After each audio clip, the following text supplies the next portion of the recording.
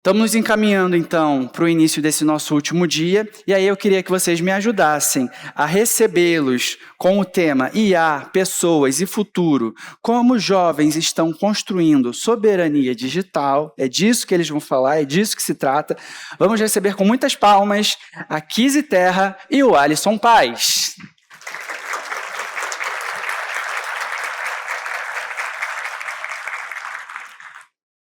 Kizzy e Alisson, bom dia, sejam bem-vindos aqui, esse nosso público qualificadíssimo, pronto para ouvir vocês. O palco é de vocês, inclusive, boa apresentação. Bom dia, Tassos, obrigada. Bom dia. Bom dia, muito obrigado. Bom, a gente vai falar hoje sobre soberania digital, né? Tema que é a espinha dorsal desse fórum, sob uma perspectiva de pessoas. E é uma honra para a gente estar aqui nesse momento, né? Falando no Fórum da Rede Nacional de Ensino e Pesquisa, logo depois do coquetel, né? Então, vocês são muito bravos por estarem aqui pela manhã, abrindo esse dia de comemoração, né? Um dia celebrativo aqui para todos nós.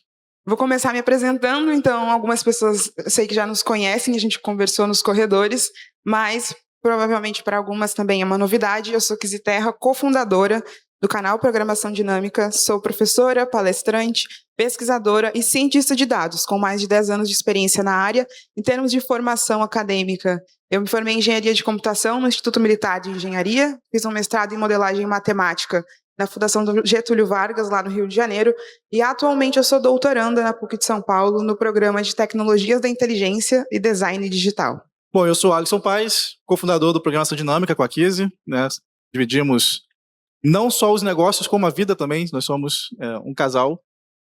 E professor, já dei aula em algumas universidades, palestrante e pesquisador em inteligência artificial. Comecei mais focado na área de computação visual, visão computacional, computação gráfica.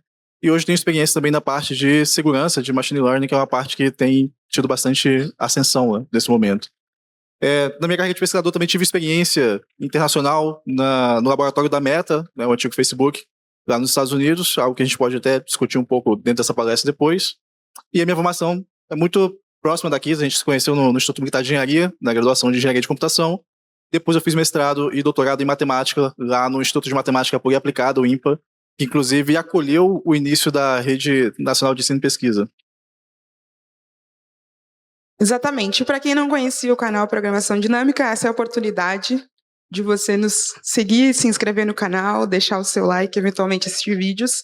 E, bom, um contexto para vocês um pouco maior, né? O nosso canal hoje passa 240 mil inscritos, é o maior em língua portuguesa no Brasil, nesse nicho de programação, dados, inteligência artificial.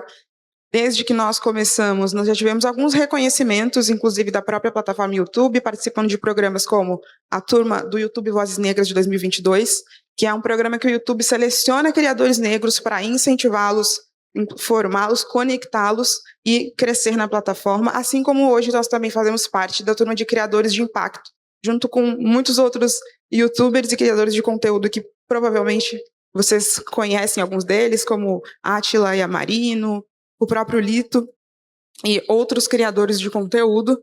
E nesse programa a gente foi convidado pelo YouTube porque eles estão discutindo temas de impacto para a sociedade brasileira. Então a gente discute temas como as bets, temas de impacto como ECA digital e outros temas. Então também emprestando a nossa influência, a nossa relevância para discutir esses temas e articular em rede, que é o que a gente faz aqui também no RNP. Então, o canal começa, na verdade, de uma forma modesta, assim como um hobby, em que a gente queria ensinar. Né? A gente queria ensinar de uma maneira que tivesse no meio de duas coisas que a gente observava. Então, de um lado, você tem a universidade, que requer uma bagagem, né, grande até das pessoas para poderem compreender aquilo, e que não está bem formatada para a linguagem da internet. A gente até encontra videoaulas, por exemplo, da USP, da Unicamp, de algumas universidades renomadas do Brasil e do exterior, no YouTube, mas que são vídeos de 1 hora e meia, e que às vezes não eram tão atraentes assim, para o estudante. E de outro lado também tinham tutoriais que eram coisas mais simples e que permitiam que as pessoas pudessem executar uma determinada tarefa, mas que elas não refletiam exatamente sobre aquilo. Né? Então a gente quis fazer algo que fosse híbrido, que pegasse um pouco da queixa que vários estudantes universitários têm, e que a gente passou por isso também durante a nossa graduação em engenharia de computação, que é mostrar o lado prático, partir de uma aplicação, mas poder discutir com profundidade aquele tipo de conteúdo. Então a gente aborda também questões que são dadas na faculdade, e recebemos muitos comentários no canal, por exemplo, de pessoas falando que nós salvamos a vida deles, né, como se a gente tivesse todo esse poder, porque ali eles conseguiram de fato aprender alguma coisa, como algoritmos, como o funcionamento de um computador, como temas de inteligência artificial, né? A gente discute, por exemplo, um dos vídeos que é muito popular, esse vídeo sobre redes neurais, em que eu ensino dos praticamente zero, assim, né? Como você pode Parece construir. outra pessoa, mas é ele mesmo. Sou eu mesmo, realmente. Meu cabelo mudou várias vezes. Assim como a gente também, né, discute ferramentas mais atuais, então, Cloud Code, esse tipo de coisa. E claro, assim, na internet, uma das coisas que as pessoas querem muito saber, né, talvez pela forma como as redes sociais foram construídas, é sobre a vida dos outros, né? E na verdade, isso dá pra gente uma oportunidade de falar sobre a carreira científica, sobre os desafios que nós passamos durante a nossa formação, né? O canal existe aí há 9, quase 10 anos, então ele documentou boa parte de coisas que a gente fez, né? Eu concluí meu doutorado em novembro de 2024, aqui você está fazendo doutorado ainda, então a gente tem a oportunidade de falar sobre essas coisas, falar sobre experiências que a gente teve em conferências, coisas desse tipo, e fazer divulgação científica também. Isso. E a gente entende que a nossa missão com essa plataforma que a gente construiu é ampliar o acesso à educação de qualidade, ajudar que mais pessoas possam desenvolver o pensamento crítico e acessar mais oportunidades. Então, a gente teve essa consciência muito cedo que a gente acessou e continua acessando instituições de excelência, mas que essa não é a realidade para todos os brasileiros, muito menos para parte da população que se parece mais com a gente, que são partes minorizadas, inclusive, da nossa população. E a gente entendeu também a importância do senso crítico, e isso foi se tornando cada vez mais importante conforme a gente viu o tempo passar, as inteligências artificiais que agora dominam a maior parte dos eventos que a gente participa e as discussões.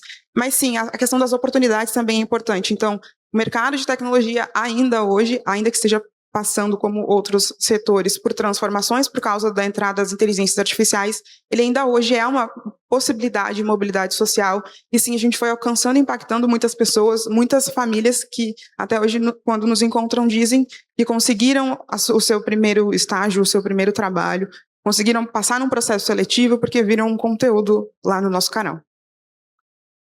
Aqui tem alguns dos comentários que a gente recebe que mostra um pouco do impacto de inspiração e motivação que o canal também exerce nas pessoas, né? Então, elas não só aprendem e se sentem satisfeitas naquilo que elas conseguem em termos de oportunidades por meio do conhecimento ali difundido, mas também se sentem inspiradas ali pela própria trajetória que a gente compartilha, né? Então, um rapaz aqui fala que é mais velho que a gente, uns 5 anos, mas, né, vocês me inspiram a estudar e seguir o orgulho de nossas origens.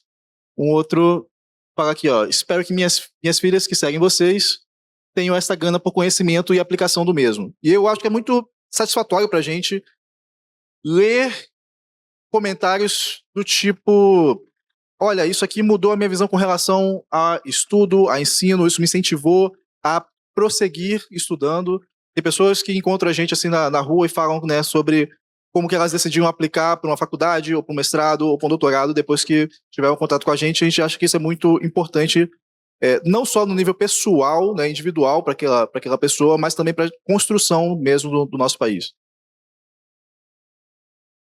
Opa, você avançou né? Não, desculpa, vai lá. E embora hoje nós sejamos cientistas, sejamos reconhecidos como tal, inclusive recebemos esse convite para estar aqui por causa disso, nós nunca nos imaginamos como cientistas. Então vou apresentar para vocês a Kizzy Terra, sou eu mesma, há alguns anos. E, bom, essa é uma foto que eu gosto, inclusive, porque ela demonstra um pouco da energia que eu tinha quando criança, que eu era muito curiosa, eu gostava de explorar, mas isso não necessariamente era a ponte, né, na minha cabeça, sem o repertório, de que eu poderia ser cientista. E um dos motivos, né, que eu atribuo a isso é que também não tinha exatamente referências, eu não sabia exatamente o que era um cientista, como um cientista se parecia, ainda que na minha família eu tenha tido estímulos e acessos importantes, então eu sou de uma família de classe média, de professoras e de professores. A minha mãe se esforçou muito para me dar letramento, inclusive letramento racial, trabalhar a minha autoestima, isso com certeza foi muito relevante. Então ela me estimulava muito a fazer leituras que me ajudavam a me enxergar. Ela mesma é uma mulher de quase 70 anos hoje, conseguiu concluir o seu mestrado, e essa foto é do dia que ela conseguiu esse título, e eu estou integrando um buquê de flores para ela, e com certeza esses momentos e esses estímulos fizeram parte do meu imaginário, mas eles não eram suficientes para me fazer chegar no link de que eu poderia ser uma cientista. Talvez, se já existissem filmes como esse, que é o Estrelas Além do Tempo, que conta a história e a trajetória de mulheres negras que fizeram parte da corrida espacial, se outras histórias que hoje eu sei tivessem chegado a mim com um pouco mais de antecedência, talvez eu pudesse imaginar nesse lugar. Então, recentemente, nós também estivemos lá no Vale do Silício, a gente visitou o Museu da Computação, que fica lá, e a gente conseguiu perceber, né, a história, primeiro, viva do que a gente estudou na faculdade, os computadores, a história deles, mas também relembrar da importância de muitas mulheres que fizeram parte dessa história, como a Grace Hopper, as ENIAC Girls, por exemplo, que eram as mulheres que, enquanto os homens iam para a guerra, ficavam fazendo as contas e ficavam programando os computadores. E essa é uma história que tardiamente foi resgatada por pesquisadores, mais uma vez a importância dos cientistas e da pesquisa, para que hoje nós saibamos essa história, possamos contá-la, e inclusive contar para as meninas e para os meninos que podem eventualmente sonhar com serem cientistas.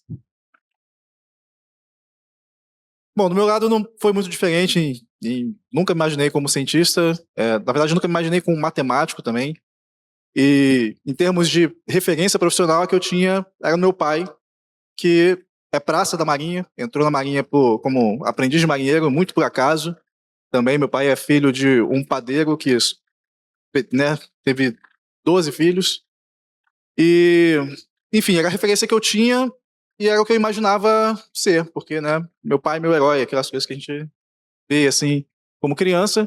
Então, desde muito pequeno, por exemplo, eu tinha na cabeça que eu iria fazer o colégio naval. Foi uma oportunidade que meu pai me apresentou, que ele não teve, que era a oportunidade de ser oficial da Marinha do Brasil, né? Entrar ali pelo posto, depois de uma formação de 7, 8 anos, pelo posto de tenente. E aqui sou eu, no final do colégio naval, final do 3º ano, que eu poderia depois então seguir para a escola naval, né? Para quem não sabe, o colégio naval é tipo o ensino médio da Marinha, e dali saem as pessoas saem diretamente para a escola naval, onde também existe um outro concurso que pega mais umas 40, 50 pessoas, né? Que é de fato a formação do oficial combatente da Marinha do Brasil, né?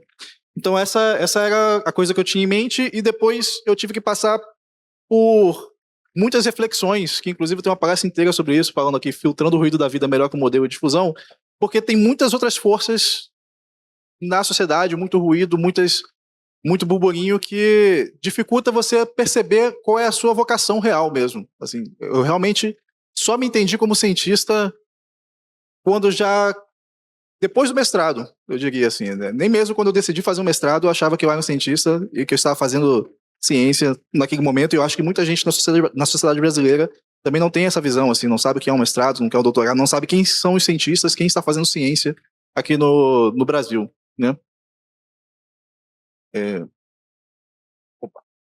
Mas o que isso que a gente está falando, né? O que todo esse contexto tem a ver com soberania digital? Primeiro que não existe soberania digital sem ciência. Eu acho que, passando todos esses dias aqui, né, isso aqui deve ser um consenso, preciso convencer vocês disso aqui. E também não existe ciência sem cientistas. Então, embora o mundo, a realidade concreta, ela exista independentemente da gente, a natureza existe, inclusive, independentemente dos seres humanos, a ciência, enquanto uma abstração que a gente cria para compreender, né, a nossa relação com esse mundo e organizar, inclusive, né, de forma que a gente possa aprender, né, e repassar esse conhecimento, isso é uma coisa humana. Bom, como a Alisson mencionou, a gente está num evento cujo tema principal é soberania digital, e muitas discussões e palestras foram feitas a respeito disso, mas para a gente estabelecer um ponto em comum, porque quando a gente menciona um termo, é interessante a gente saber do que a gente está falando, a gente entende que soberania digital poderia ser, de alguma maneira simplificada, como o controle e decisão sobre dados, infraestrutura, software, inclusive inteligência artificial, e aí a gente poderia, inclusive, criar um colóquio sobre se a inteligência artificial é ou não software, se é uma tecnologia de propósito geral, o que é. Tudo bem, a gente pode discutir isso, mas a gente consegue estabelecer um ponto em comum de que a inteligência artificial entra, né, dominar e estar nesse campo, está associado a ter soberania digital. Inclusive, a gente resolveu fazer um exercício de pedir ao ChatGPT para ilustrar essa ideia de soberania digital.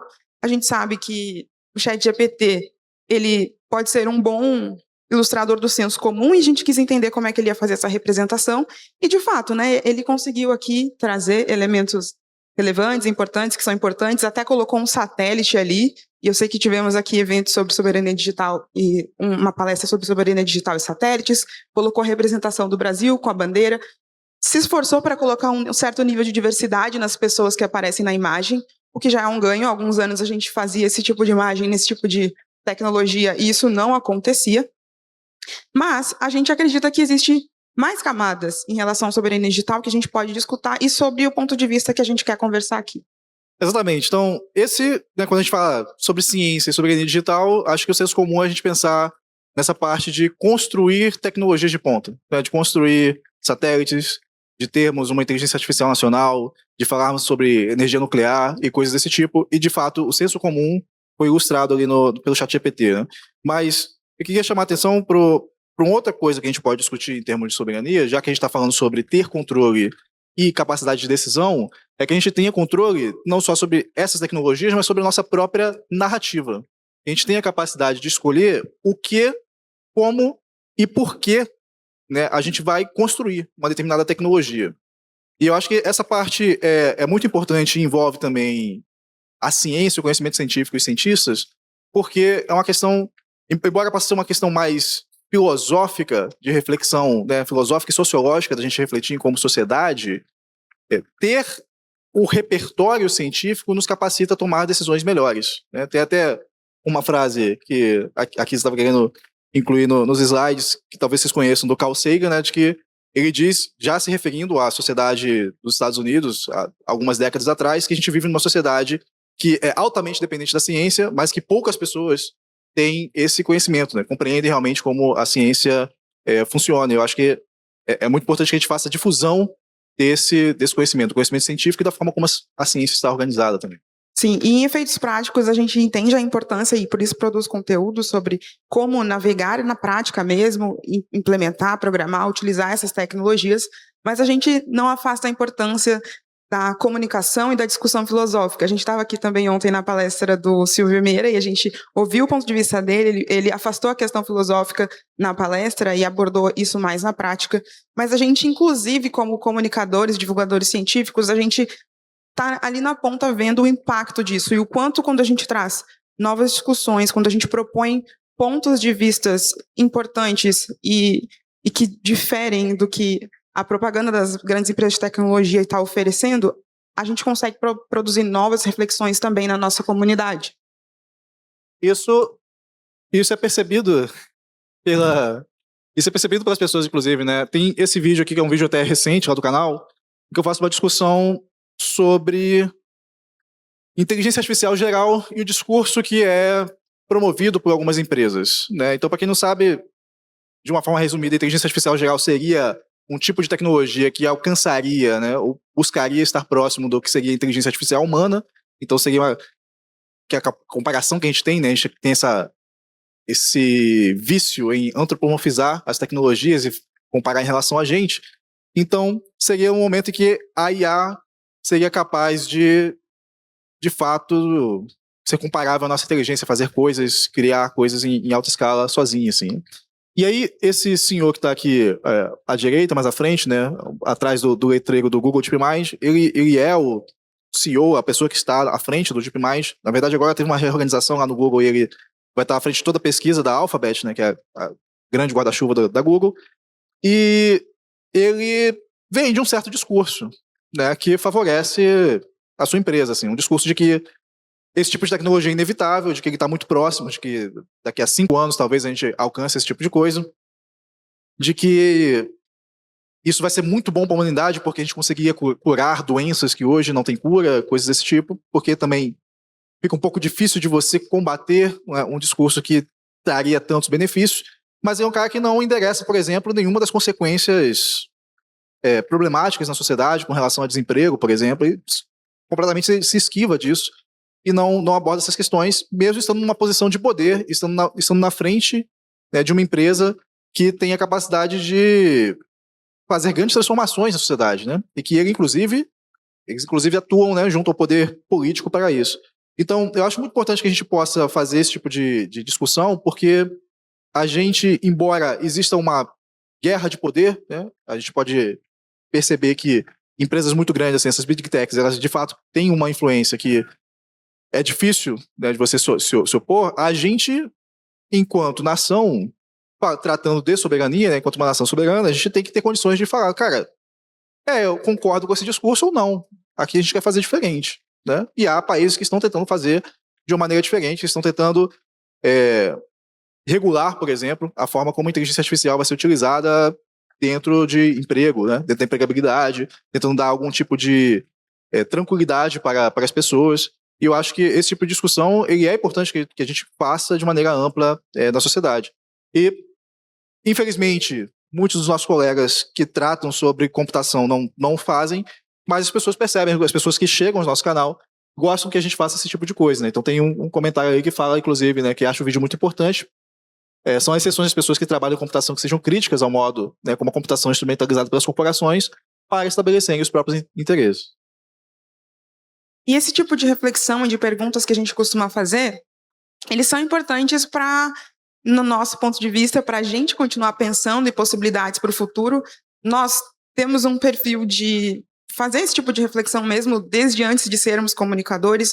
A gente, ainda na nossa formação, a gente vai falar um pouco mais sobre a graduação, mas a gente já aprendeu e entendeu que nós éramos importantes para o nosso país, de que o futuro do nosso país, eu acho que isso era uma parte importante da formação no Instituto Militar de Engenharia, era apresentar essa perspectiva de que nós seríamos esse futuro, de que a gente deveria aprender, desenvolver o repertório para se colocar nessa discussão. E por isso a gente provavelmente também foi criando esse hábito, embora eu veja nos jovens que a gente conversa, cada vez menos essa disponibilidade e essa dificuldade de criar esperança mesmo.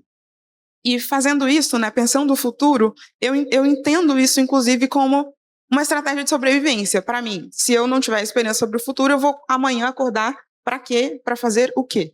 E por isso continuo fazendo essas discussões e, inclusive, recebi um prêmio da instituição Futuros Possíveis como uma das pessoas, né, que estão pensando o futuro do Brasil.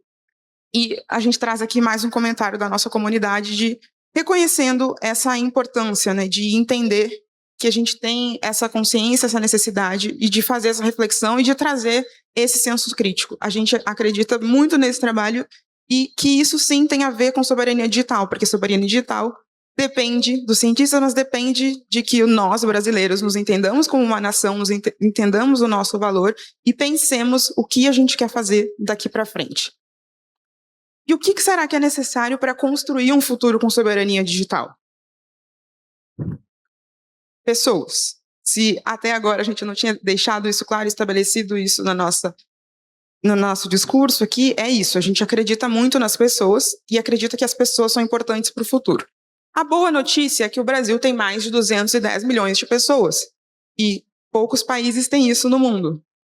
A má notícia é que a gente não vai ter soberania digital se essas pessoas, ou boa parte delas, se convencerem ou comprarem o lugar que está sendo designado para elas na corrida da inteligência artificial, que é o papel de operador de tecnologias, de criador de prompts, ainda que crie prompts. A gente já tem essa dificuldade de pessoas capazes de refletir, de se comunicar adequadamente, de fazer boas perguntas, mas se isso não é suficiente, ainda que cheguemos lá, isso não é suficiente. Apenas fazer prompts, aceitar a tecnologia como está e operá-la, não vai ser suficiente para nós chegarmos na soberania digital. Uma coisa que a gente já vem observando há algum tempo, né, e vendo em termos de discussões sobre inteligência artificial, até mesmo antes desse boom do ChatGPT, de todas essas coisas que trouxe a discussão realmente para a sociedade de uma maneira mais ampla, era essa questão da IA estar substituindo empregos, né, de termos um futuro de automação em que as pessoas poderiam ficar desempregadas. E já havia algumas pessoas comentando que, olha, talvez a gente crie alguns empregos qualificados com isso, mas onde esses empregos serão criados, né? E aí, quando você vê para a divisão assim, internacional do trabalho, parece que os países que estão na periferia do capitalismo, por exemplo, vão sofrer mais, porque justamente, a gente inclusive consegue observar isso nesse momento, né? Em que empresas como a Anthropic, a OpenAI e tal, que estão liderando essa corrida, abrem vagas pagando aí centenas de milhares de dólares por ano para engenheiros, enquanto aqui no Brasil a gente recebe consistentemente comentários desse tipo lá no canal, de pessoas que estão pensando inclusive em desistir da faculdade. As pessoas estão pensando em desistir de estudar computação porque estão com medo de simplesmente se formarem daqui a 3, 4 anos e não terem oportunidades para elas. Elas sequer conseguem pensar hoje sobre a possibilidade delas serem as pessoas que vão construir esse tipo de tecnologia, por exemplo, aqui no Brasil. A gente está nesse nível de disparidade, né, nas pessoas. Então a gente tem 210 milhões de pessoas aqui no Brasil, a gente tem uma grande quantidade, né, algumas dezenas de milhares de milhões de jovens, mas que não conseguem se observar fora desse papel que lhes é vendido pela narrativa de que agora eles só tem que fazer prompt. E é importante reforçar que essas são as pessoas que já venceram a primeira barreira de entrar na universidade, porque a gente ainda tem um monte de gente que está precisando e tem dificuldade de acessar essa porta, de entrar nesse lugar. Então, a gente também costuma dialogar muito com essas pessoas, a gente defende a ciência e a educação e procura lembrá-las de que sim, alguém precisa continuar, a gente vai precisar da sua formação e do seu repertório. Sim, você provavelmente vai precisar você vai precisar de novas maneiras, de novas alternativas. Talvez a gente precise desaprender muitas coisas e aprender outras de formas diferentes, mas a solução não vai ser que todos esses jovens e jovens com os quais a gente conversa bastante simplesmente desistam. Até porque vai desistir para fazer o quê, né? Qual que é a possibilidade? A gente ainda tem essa discussão. Não são tantas as possibilidades assim hoje no nosso país. Então, o que esses jovens precisam para não desistir, né? A gente começou a fazer essa reflexão, inclusive a partir da nossa própria vivência, assim, porque nós não nos vemos neste lugar, né? Apesar de já estarmos, isso, né? Temos o privilégio de ser chamado de jovens aqui nesse fórum, que inclusive ontem o professor Silvio Meira revelou que tem 71 anos e eu tenho metade da idade dele, né? Eu tenho 35 anos, mas estou à frente dos mais jovens ali, que estão aos 18, 20 anos, entrando na faculdade, né? Então a gente está aí no meio do caminho, mas não se vê nesse lugar de vou desistir, não tem mais o que fazer. Na verdade, a gente se vê nesse lugar de podemos construir, vamos liderar, vamos fazer, vamos levar as coisas para frente, né? Mas, então o que é necessário?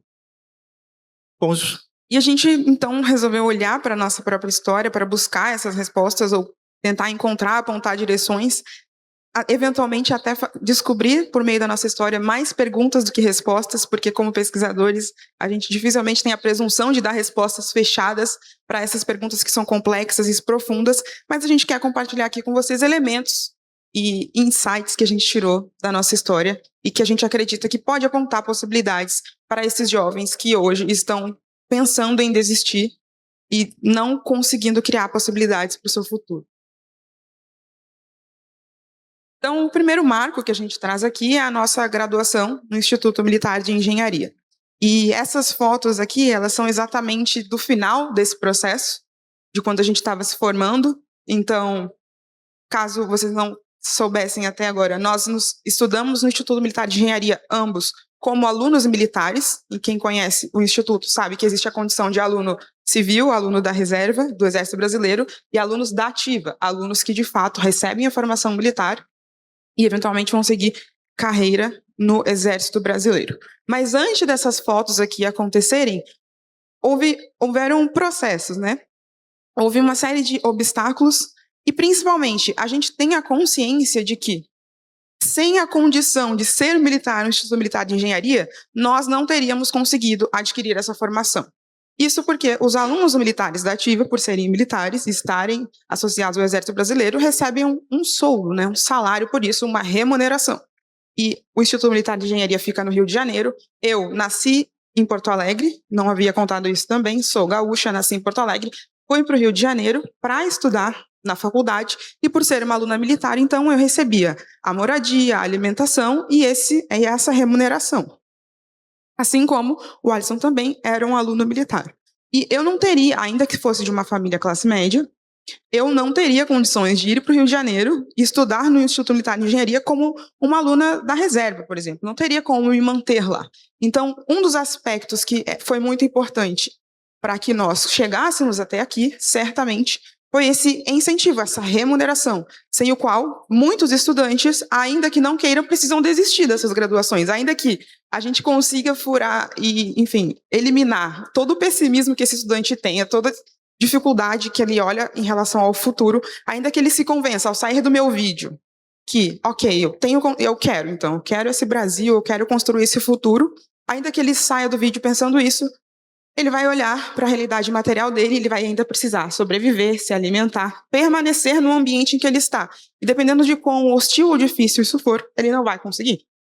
Aqui tem alguns pontos interessantes para a gente refletir, né? Porque quando a gente fala de pessoas e investimento, coisas desse tipo, às vezes a gente não tangibiliza alguns dos desafios, algumas das questões concretas que a gente consegue trazer agora aqui pela nossa história, né? Então, uma das questões que é bastante relevante, por exemplo, é referência, é saber que a coisa existe, né? Então, por alguns contextos das nossas vidas, né? Por meu pai ser militar, por aqui ter feito o colégio militar lá em Porto Alegre, ter feito o concurso do colégio militar em Porto Alegre, a gente conheceu o IME. Por mais que o IME seja um lugar de referência, né? O Instituto Militar de Engenharia, o ITA e tal, aqui no país, existe, né? O país é grande e existe muita gente que não sabe do IME.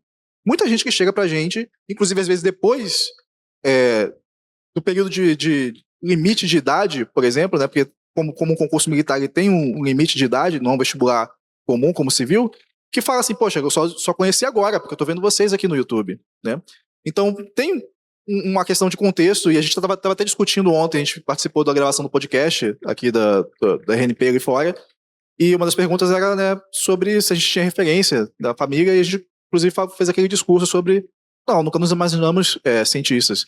E muita gente não tem realmente oportunidade de pensar sobre essas coisas.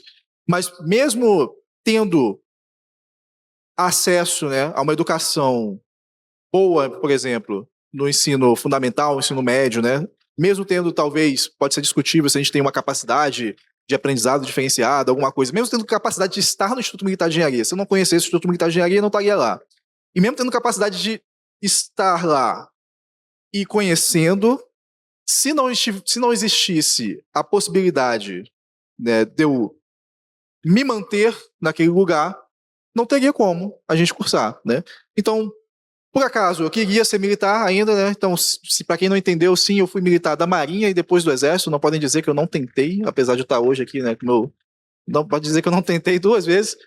E eu tinha realmente interesse, né? Pensando, fiz essa transição de uma maneira bem intencional da Marinha de oficial combatente, né, da carreira de oficial combatente da Marinha para uma carreira de oficial técnico ali no Exército.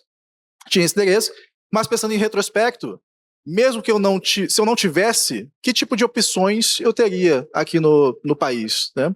Eu não teria condições de apenas estudar, né? Ou se eu tivesse que trabalhar, estaria trabalhando em uma condição muito pior do que a que eu trabalhei durante o IME, né? Porque no IME a gente faz coisas além de estudar, porém a gente mora na escola, eu já não teria que pegar uma condução aí de 2 horas e tal.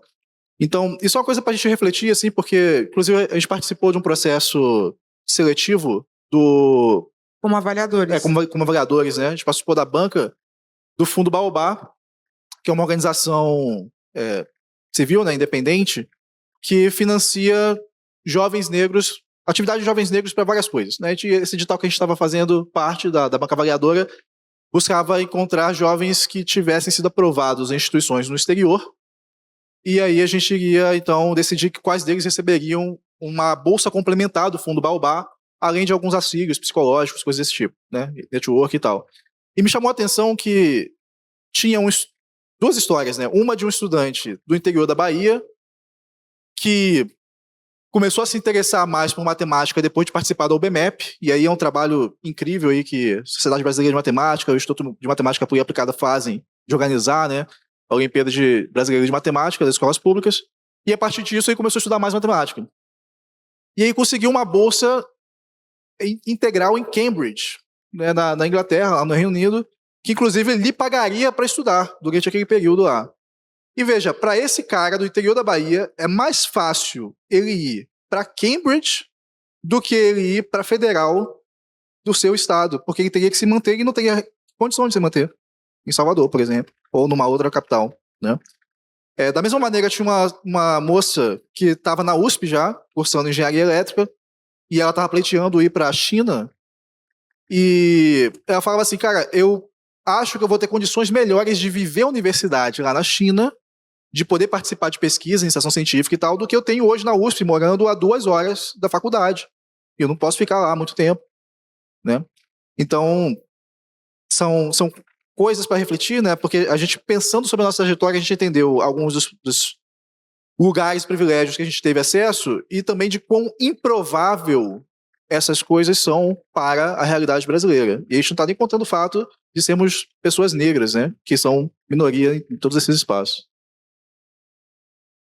Exatamente. E além do Instituto Militar de Engenharia, ou a partir dessa porta do Instituto Militar de Engenharia, nós fomos podendo acessar outras oportunidades. Então, nós dois também tivemos a oportunidade de ter uma experiência internacional ainda durante a graduação. Como nós fizemos a graduação na época que existia o programa Ciências Sem Fronteiras, o Exército Brasileiro, à época, criou um programa inspirado no Ciências Sem Fronteiras, que não era o mesmo para os alunos militares, porque nós tínhamos uma condição específica, a gente não poderia ter o mesmo tipo de programa do que os alunos das outras universidades. E essa foi uma oportunidade não só de desenvolvimento e de crescimento na carreira, mas que também nos ajudou a ter uma mudança de perspectiva sobre nós mesmos, sobre a nossa faculdade, o nosso contexto e o nosso país. Porque quando nós chegamos nessas instituições consideradas de ponta, né, em países com um poder econômico maior do que o Brasil, com maior capacidade de investimento, nós tivemos uma posição de protagonismo e destaque. E aqui eu trouxe exemplos, né? Inclusive das disciplinas que eu cursei, eu fiz as disciplinas de linguagens de programação, infraestrutura de redes, desenvolvimento e implementação de bases de dados, cujas notas foram muito boas. Recebi um prêmio, inclusive, como a melhor cadete do curso de infraestrutura de redes. E coloquei aqui também porque essa trajetória ela foi retratada na Zero Hora, jornal lá do Rio Grande do Sul, em Porto Alegre, onde eu nasci. Então, esse tipo de experiência, que a gente só acessou porque a gente descobriu que o IME existia, depois porque a gente permaneceu no IME, foi muito importante para a gente. O tipo de coisa que contribui muito para a transformação da sua visão de mundo, né? Que você percebe, cara, porque a gente aqui tem muito a visão de reclamar, né, das coisas, dizer que o Brasil não é bom, que não é isso e tal, e você vai lá para fora e você percebe que você não está devendo nada para esses alunos. E todos os meus colegas que foram para MIT, para Harvard, mandaram muito bem, né, a Kizzy recebeu prêmios lá em West Point. Eu fui para a França, para a Telecom Paris, e assim, também não tinha nada, não deve nada em termos da nossa educação em alguns centros, né, algumas ilhas de excelência. Então a gente sabe também, inclusive, que o Brasil tem uma grande desigualdade social e é desigual, inclusive, nessas oportunidades de ensino, né? Porque a gente está falando aqui de uma referência em termos de educação superior, né? Mas a gente sabe também que a gente tem uma grande desfasagem, por exemplo, na educação básica. E aqui a gente traz um momento icônico e interessante aqui da história, porque, veja, entramos no IME com esse interesse de sermos militares, tomando essa decisão aos 18 anos e tal, e aí um horizonte se expande, né? Como eu falei, a gente não tinha intenção, na verdade nem sabíamos que poderíamos ser cientistas. Chega nesse momento, você entende um pouco sobre ciência. Eu posso dizer que durante a graduação ainda não entendi a possibilidade de ser cientista, não entendia, por exemplo, que alguns dos meus professores, doutores, eram cientistas, não tinha esse entendimento.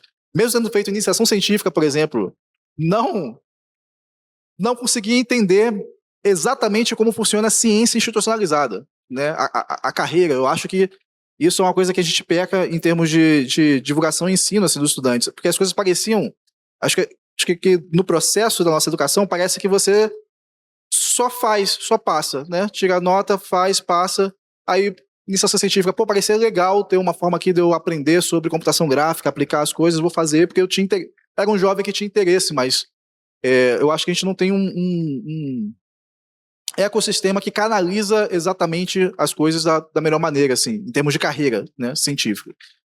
E aí, mas, bom, isso despertou alguns interesses e quando concluímos, né, porque nós fizemos essa decisão conjuntamente também, o Instituto Militar de Engenharia eu queria fazer um mestrado no INPA, que era o lugar onde eu fazia iniciação científica. Eu tinha formado com conhecimento ali do INPA durante o IME. E para tomar essa decisão de carreira, para falar assim, olha, mudei de ideia, né? Não quero mais ser militar aqui, oficial do Exército, eu quero ser um cientista agora, quero fazer mestrado.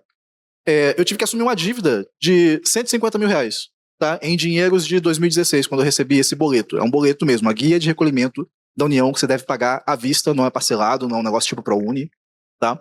Então, e nós, na verdade, já estávamos namorando e juntamos o nosso patrimônio negativo de 2 dívidas de R$150 mil, ela também saiu para fazer um mestrado, e fui receber 100 vezes menos com uma bolsa do CNPq, né? Fiquei muito feliz de receber essa carta aí do INPE, para receber 100 vezes menos para poder fazer o meu mestrado, né? Então, veja quão improvável é a nossa trajetória, né? Porque não só foi improvável a gente conseguir acessar os lugares que acessou, mas o tipo de decisão que a gente teve que tomar, né, de carreira é algo que a maioria das pessoas não toma, né? Achavam que a gente era maluco ao fazer esse tipo de coisa.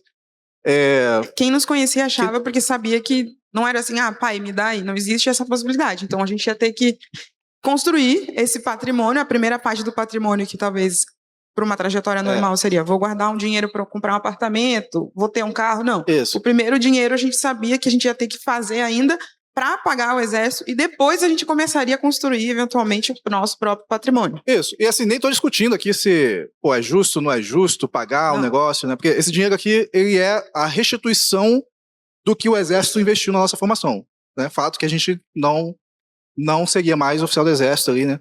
E eu nem estou discutindo se isso é justo ou não, assim, paguei e tal. Eu estou dizendo que a realidade concreta que a gente tem no país são os jovens não têm uma política de permanência estudantil. No nosso caso, que a gente teve acesso por meio das Forças Armadas ali, teve esse custo. Essa é a realidade que teve. Se eu quisesse ser cientista, tinha esse custo e certamente não foi fazendo pesquisa que eu paguei essa dívida, né?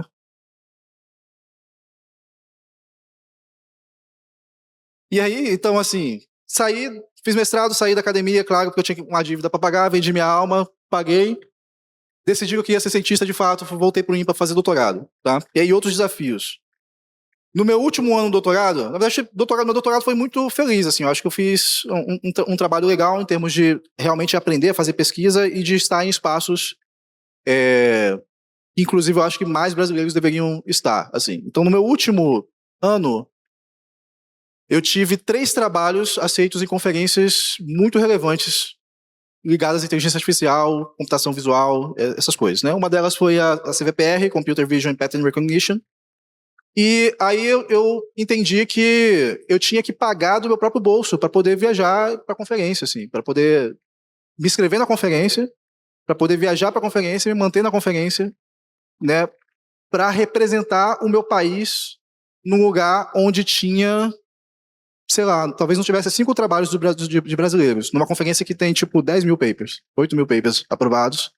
Talvez não tivesse 5 trabalhos de instituições brasileiras. Você encontra brasileiro que é, tipo, tá no MIT, que tá na Universidade de Bonn, que tá em Paris e tal. Mas nacional aqui, como a gente aqui do INPA, esses aqui são colegas que estavam fazendo pós-doc lá no INPA e tal. Pouquíssimos, né? E aí, essa foi a primeira, beleza. Que estudante de doutorado tem dinheiro para fazer isso, né? Assim, eu tive o privilégio, novamente, a improbabilidade de ser um youtuber. Eu fiz o doutorado, na verdade, sem bolsa, depois da experiência de fazer o mestrado com bolsa, que inclusive te obriga a ter uma dedicação exclusiva, eu não podia fazer outro trabalho, né? Então eu optei por fazer o doutorado sem bolsa, para não ficar amarrado à dedicação exclusiva, e ganhar dinheiro no YouTube. Inclusive, a gente pulou, né? O que mora entre o mestrado e o doutorado é o canal Programação Dinâmica. Ele nasce nesse lugar e foi por meio dessa estrutura que a gente construiu que antes ela começou como um hobby, né? Esse canal, ele tinha inclusive outro nome, se chamava Python Café. O Alisson começou como um hobby e no meio do caminho, enquanto ele existia, acho que 1 ou 2 anos, a gente entendeu que aquilo poderia também ser profissionalizado, também se tornar uma fonte de renda, fez essa opção. Não, proporcionalmente a nossa empresa deve ser a empresa que mais investe em cientistas no país, assim, porque simplesmente o nosso orçamento financiou 2 doutorados. Né? Tem 2 pessoas e 100% delas foi financiado. Exatamente. Então, não temos funcionários, né?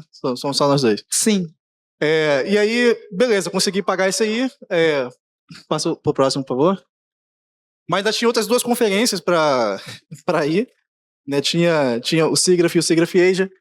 E eu consegui uma pequena ajuda assim, com o meu orientador lá do INPA, que correu atrás de um certo dinheiro para eu conseguir pagar uma parte do SIGGRAPH. E no SIGGRAPH Asia eu tive que conseguir um financiamento de um edital privado que queria apoiar pessoas negras a se qualificarem para serem professores aqui no Brasil. Assim, né? Então, por sorte, consegui esse edital da Fundação TID Setúbal, porque CAPES, CNPq, que, assim, são instituições que, claro, têm grande impacto aqui na nossa pesquisa, mas eu acho que a gente tem muito a melhorar para poder realmente ter uma projeção internacional, chegar no lugar que o nosso país merece realmente, né? E a gente poder falar de soberania digital, soberania como um todo. Acho que vale você falar que no fim você conseguiu apresentar. Legal. Realmente, esse trabalho aqui do SIGGRAPH Asia, que eu vou apresentar em Tóquio, ele é decorrente de um estágio que eu fiz na Meta nos Estados Unidos. Né? Então, por conta de ter ido atrás individualmente, né, de trabalhar nessa pesquisa dentro da empresa lá da Meta, né, eu tive a oportunidade de gerar esse outro artigo que foi apresentado lá em Tóquio, né? Mesmo depois de eu já ter voltado para o Brasil e ter terminado meu doutorado.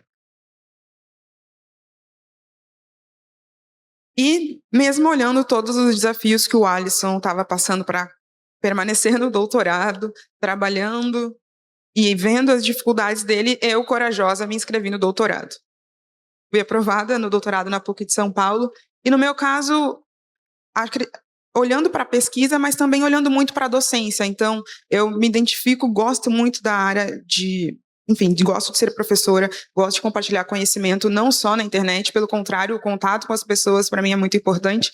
Tive já essa oportunidade, por ser mestre, eu consegui já lecionar em faculdade, e eu fui entendendo que eu gostaria, sim, de me desenvolver nessa carreira acadêmica, na carreira de docência, e o doutorado seria importante para isso. Por isso, mesmo sabendo das possibilidades, das dificuldades que eu poderia enfrentar para publicar e etc., e também por acreditar, né? Como falei, a gente continua acreditando muito na ciência e na educação.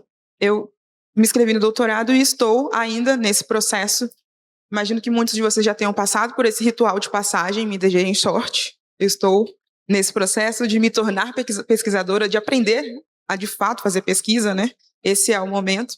E já passei pelos momentos de achar que não vai dar, de conciliar todas as coisas, mas agora, de volta, estou na onda da esperança e vou defender esse doutorado em breve.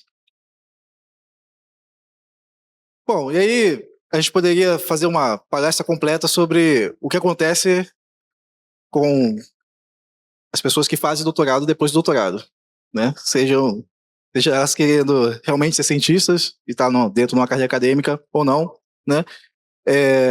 Vou defletir isso aqui, não vou falar muito sobre isso. Vou falar que eu tive o privilégio de ter uma oportunidade numa empresa aqui no Brasil que, inclusive, faz um produto muito interessante de tradução de língua de sinais, né?